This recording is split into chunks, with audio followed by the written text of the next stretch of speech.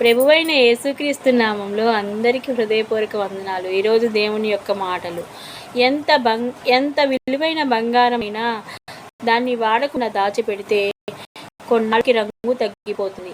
ఎంత గొప్ప విశ్వాసులైనా వారి ప్రార్థనా సమయం తగ్గిపోతే అవిశ్వాసులుగా మారే ప్రమాదం ఉంది.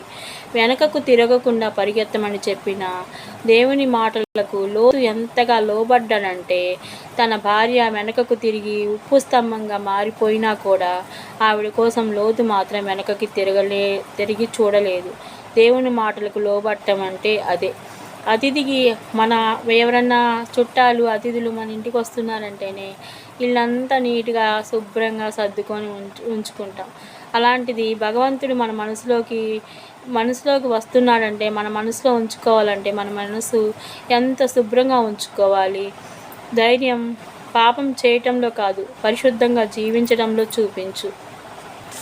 పాపం చేసేవారు రహస్యంగా జీవిస్తారు, పరిశుద్ధులు నిర్భయంగా జీవిస్తారు. ప్రభువుని నామంలో మీ అందరూ కూడా పరిశుద్ధంగా జీవించాలని కోరుకుంటున్నాను. అనుకోకుండా నీకు కష్టం ఎదురైనప్పుడు, ఏమి చేయాలో తోచినప్పుడు బైబిల్ చదవండి. తప్పకుండా ఒక మంచి మార్గం దొరుకుతుంది. ఆమేన్, హల్లెలూయా. ఏమైనా చేయగలవు, కథ మొత్తం మార్చగలవు, నీ నామముకే మహిమంతా తెచ్చుకుందువు.